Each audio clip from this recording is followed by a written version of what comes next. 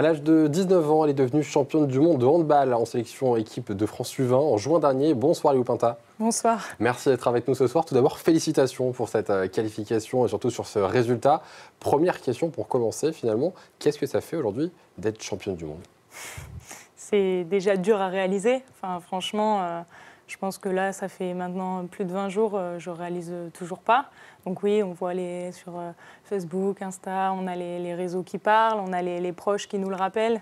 N'oublie pas, tu es championne du monde. Je le rappelle encore aujourd'hui. Mais finalement, on pense déjà à la suite en fait. On est descendu de l'avion, on est retourné dans nos familles et ça y est, c'est passé. Et voilà, la vie reprend finalement. On ne s'arrête pas là-dessus. Mais je sais très bien que toute ma vie, je resterai championne du monde. Oui. On voit vous étiez heureuse quand ça s'est passé. Alors, vous étiez une pièce maîtresse, hein, si je peux dire, de cette finale, parce que justement, vous avez même eu un prix spécifique par rapport à ça, tout ça, une distinction. Comment est-ce que vous avez vécu cette formidable épopée avec l'équipe des Bleus? Franchement, ça s'est bien passé. La finale, je marque 8 buts. Je joue les 60 minutes, je ne sors pas une seule seconde. Meilleur pivot, c'est ça? Oui, j'ai été du coup désignée meilleur pivot du mondial de la compétition. Donc c'est sûr que c'est une satisfaction personnelle. Après, sans mes coéquipières, sans le travail du staff, sans le travail de tout le monde, je n'aurais jamais eu cette distinction. Donc après, c'est sûr que faire ça en finale, réussir en plus à être performante en finale, c'était important pour moi, ça me tenait à cœur. J'ai fait une bonne compète dans l'ensemble et je voulais emmener mon équipe. Je sais le rôle que j'ai dans cette équipe, je fais partie des leaders. Donc fallait défensivement être très très solide et montrer l'exemple aussi, les rassurer. Je pense que ma stabilité émotionnelle les a aussi rassurés et il fallait embarquer tout le monde avec soi. On sent un naturel calme. Il faut garder la tête froide. C'est ça.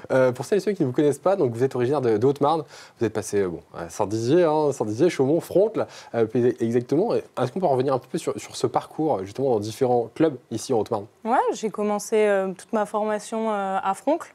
Donc jusqu'à peut-être 10, 11 ans. Après, j'avais des problèmes de catégorie d'âge. Il n'y avait pas d'équipe à Froncle de mon âge à moi. C'était soit trop au-dessus, soit trop petit.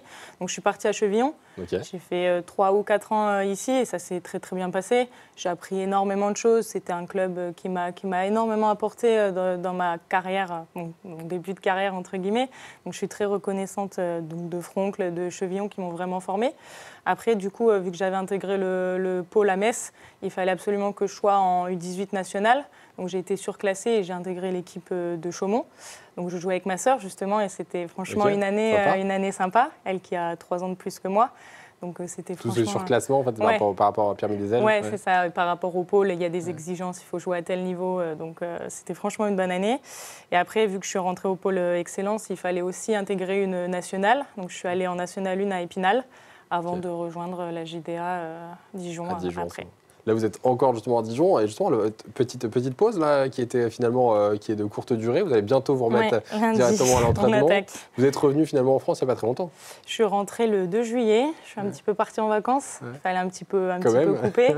Et là, j'ai eu mon programme individuel à faire quand même le reste de mes vacances, histoire de ne pas rien faire et pas perdre le rythme. Et on attaque lundi.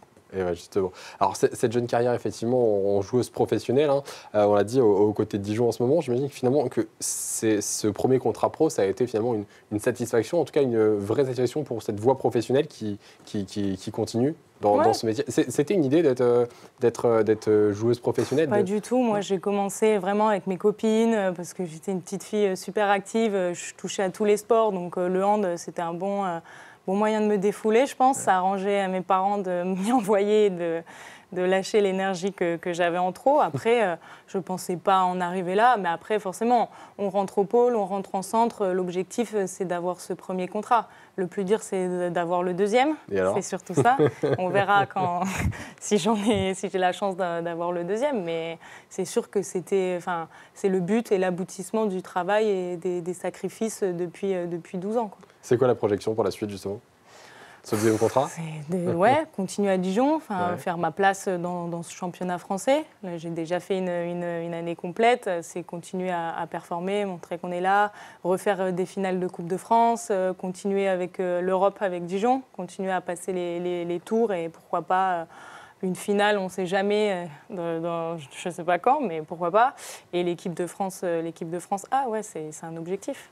Si on comprend un peu, finalement, ce parcours, ces entraînements, ça prend beaucoup plus que les matchs qu'on peut voir. C'est un entraînement qui est tous les jours, c'est quotidien, Oui, c'est des entraînements individuels, en groupe. On a un contrat professionnel, donc on est payé pour ça, c'est notre métier. Après, on s'entraîne 2 fois tous les jours. On a 2 séances de muscu par semaine. On s'entraîne pratiquement au handball tous les jours. On a du spécifique. On peut aussi voir les préparateurs mentaux. On a des séances avec les kinés pour faire du renfort. Enfin, on est vraiment suivi sur tous les domaines. Ouais. C'est exceptionnel.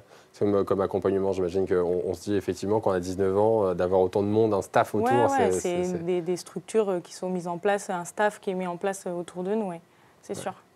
Dijon, pas très loin de la Haute-Marne, finalement, c'est aussi un lien.